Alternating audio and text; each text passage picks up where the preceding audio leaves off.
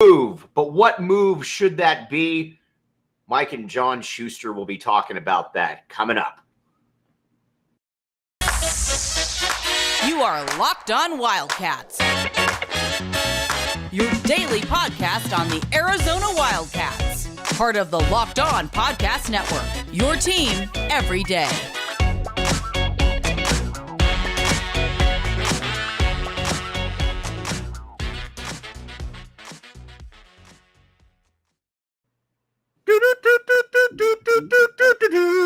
I wanted to participate in the theme song. Fantastic. Thank you very much. Thanks for keeping it Locked On Wildcats. I'm your host, Mike Luke, with John Schuster over there. All right, Shu. The hot rumors out there are that Arizona, ASU, and the mountain schools are going to make a move to try to get into the Big 12. I love the idea of trying to get into the Big 12. I think you're a little bit more skeptical of it. I totally get it. We're going to debate that back and forth. But what it would mean for Arizona going forward is this, in my opinion. First, the only drawback with the Big 12, obviously, is that you worry that it gets swallowed up as well, later on. Totally get that. But I think that it would provide a certain amount of stability for Arizona, at least in the near future, certainly more so than the Pac-12 is giving you right now. And there's name brands in there as well that I think are difficult to get past. We're going to break it all down right here. But what are your initial thoughts on Arizona to the Big 12? It's not my favorite move, but I'm okay with it. And you and I have talked on a number of occasions, I think on the Locked On platform, maybe even as far back as a year ago, about how something like that with the would be a juggernaut men's basketball conference. Right. That would be a lot of really good teams in that group. You have a blue blood in Kansas. You have a team in Baylor that's been a number one seed and won a national title once out of the last 3 years. Right. You have Arizona, which is a recognizable brand. And, possibly even if you wanted to swoop up to the Northwest and bring Oregon into the fold, they would be obviously very valuable from a basketball standpoint as well. There's a lot of talent in those two conferences when it comes to men's basketball, but is men's basketball enough to counter NCAA football from a money standpoint? Probably not, but it becomes a very interesting discussion where you and I perhaps differ a little bit, is that I'm not convinced the traditional conference model is going to survive. So to me, that the Big 12 is currently, quote unquote, on better footing than the Pac-12 is, I think is up for absolute debate, especially if looking ahead, and these are reports, so maybe they're accurate, maybe they're not. There have been discussions that ESPN and Fox, the two major players in college athletics, are who look like they're going to cut contracts with the SEC and the Big Ten, may not have much of an interest discussing terms with the Big 12 or the Pac-12. And if that's the case, then both conferences are in trouble from a traditional television model. So looking for stability in the Big 12 might be slightly better in the short term, right, but I'm not sure how much that helps you 3 to 5 years from now. So keep in mind, a year ago when we were having discussions like this, it's because the Big 12 lost Texas and Oklahoma, which were their foundational members. So the Pac-12 now is going through what the Big 12 went through a year ago. That's bad for both conferences. They are both generally not on stable footing. So my preference in this regard, if era is not so much that the mountain portion of what is now, the 4 teams remaining ultimately in I guess the Pac-10 gets swallowed up by the Big 12, but that both of them in essence consolidate to create a much larger conference and maybe include some teams, some lingerers from the ACC, possibly from whatever the American Conference is, 2 or 3 of the better teams from the Mountain West, and try to counter with a larger entity that makes things a little bit more interesting. Because there are some intriguing teams out there, especially in the ACC, who aren't being discussed here in terms of immediate consolidation into the SEC. So that would be my preference. I'm not, because again, I'm not convinced that the conference model as we know it and as we think of it is going to exist in 5 years. So why would you want to jump from one uncertain conference to another uncertain conference? Okay, I can get that, but here let me make the counterpoint then. Let's just say, and again, it's just rumors going around, but let's just say that it's the mountain schools and the Arizona schools that join there. You're instantly, and we're going to talk about this a little bit tomorrow when it comes to basketball, you instantly become the best basketball program or conference in the country. You have Arizona, Kansas, Baylor. You got 3 top 10 programs right there. Then you've got, in that second tier, you've got Houston, which is a top, going to be again, it's not a top 5 program, but they're going to be preseason top 5, but they're really good. Yeah. West Virginia has multiple Final Fours in the last 15 years. Texas Tech was in the national title game, which still feels weird to say, back in 2018. So basketball, you're really, really good. And in football, if you bring in Utah, you got Baylor, which is essentially Oregon in football. I think that's fair to say at this point. Baylor has 3 top 10 finishes in football in the last 6 years, and with 3 different coaches doing that as well. So it's a multi-coach school as well. Then you would have Utah, a top, what's Utah? Top 15 program, top 20, sure. Worst. Sure. Then Oklahoma State is a top 25 entity. Cincinnati is coming into the conference. Obviously, their work speaks for itself the last 3 to 4 years. You've still got TCU. You've still got, now I'm drawing a total blank on another team. But football to me is every bit as good as the Pac-12, with basketball being a huge step up. It's not, well, why? Okay. Why wouldn't the Pac-12 do the same thing and go after those teams in the Big 12?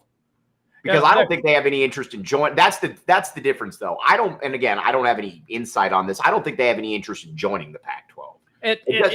Go ahead. No, go. It doesn't seem like anybody really, when you look around the rumors, there's nothing, and maybe this is just an indication of how low people regard the Pac-12, but you don't really, outside of maybe San Diego State, you don't really hear anybody talking about the Pac-12 picking up prominent schools. You hear about other conferences picking up prominent schools from the Pac-12. Well, now it's time for the Pac-12 to get aggressive, and aggressive is 1 or 2.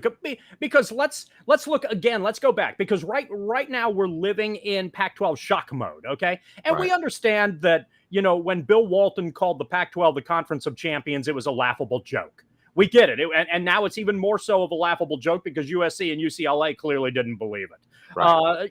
So obviously, in terms of their general body of work out of the Power 5 conferences, the Pac-12 has not represented itself particularly well. Okay, I get that.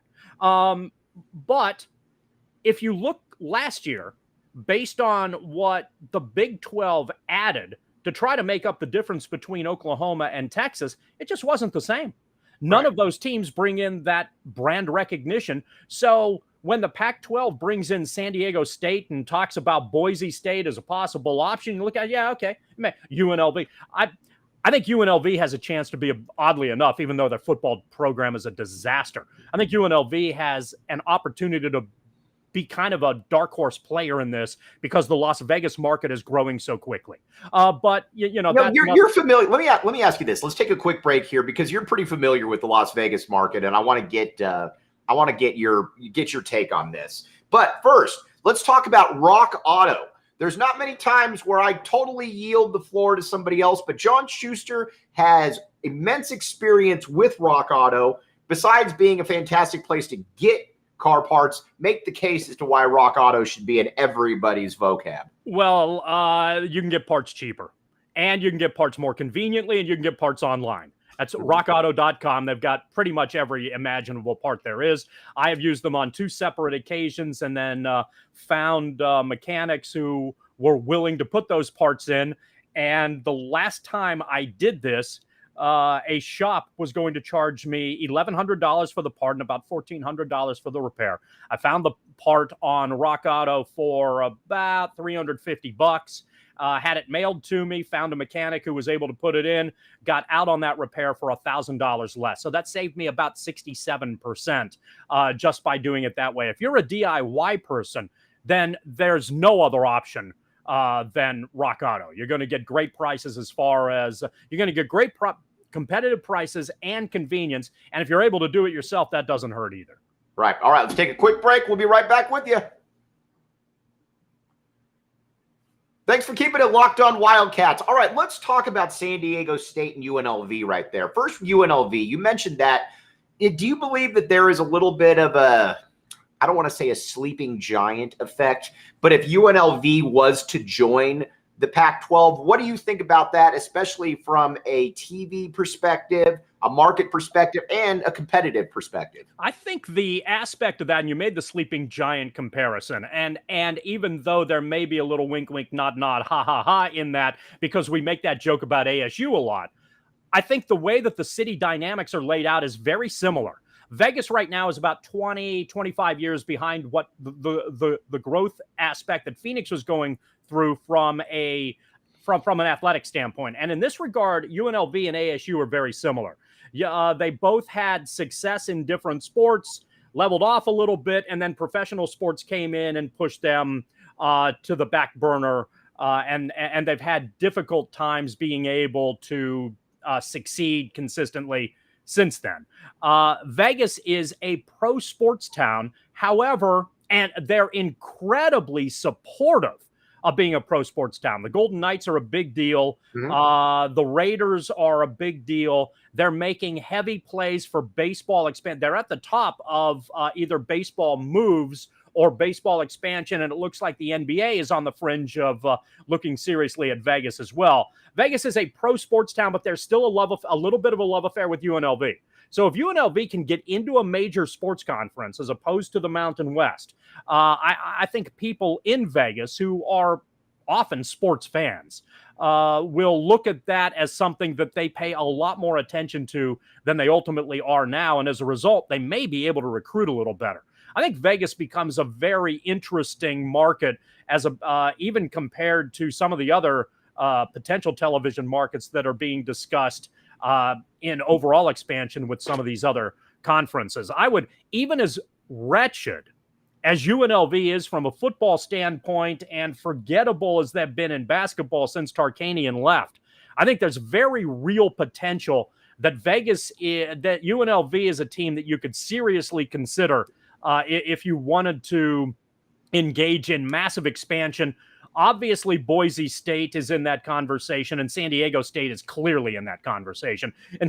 And now one of the things that you look back at, there was a lot of discussion 20 years ago, 25 years ago, quietly with coaches and administrators behind the scenes when the Pac-10 or Pac-12 or whatever it ultimately was floating the possibility of San Diego State joining the conference. And they were afraid of San Diego State being a part of the equation because lots of people like to go to San Diego. Yeah. It's a great city. And it's close in proximity. You can pluck a lot of players down from LA. And there was serious concern that San Diego State could be a competitive problem for a lot of the foundational members in the Pac-12, and they pushed against that. Now you look back at that and you say, wow, that was a short-sighted decision. So was Lute Olson one of the people that thought that? I don't believe so. I think this was much more a California concern. Okay. So the Bay Area schools and the behind the scenes, as I understand it, take this for what it's worth. Maybe a lot of this is urban myth. The Bay Area schools and the schools that are now leaving the conference wanted to land on they wanted to talk about the awesomeness of their academics, while Oregon State and Washington State were in their conference, right, and ASU was in their conference. They wanted to talk about how San Diego State wasn't up to the academic standards of the Pac-12, and so therefore didn't belong in the Pac-12. We all knew it was a load of crap. Right. We all knew that it was a load of crap based on concern that San Diego State could be really competitive. But now that San Diego State isn't in the conference, if there's expansion, they're obviously at the top of the list, but maybe it's too late. All right, I'll tell you one thing, though. It's never too late with Built Bar. So you look at San Diego State, it's a thriving metropolis, many strong people in there. And you watch these Utah teams. We've been talking about Utah quite a bit. When you watch Utah football, first thing you think is big, strong, physical.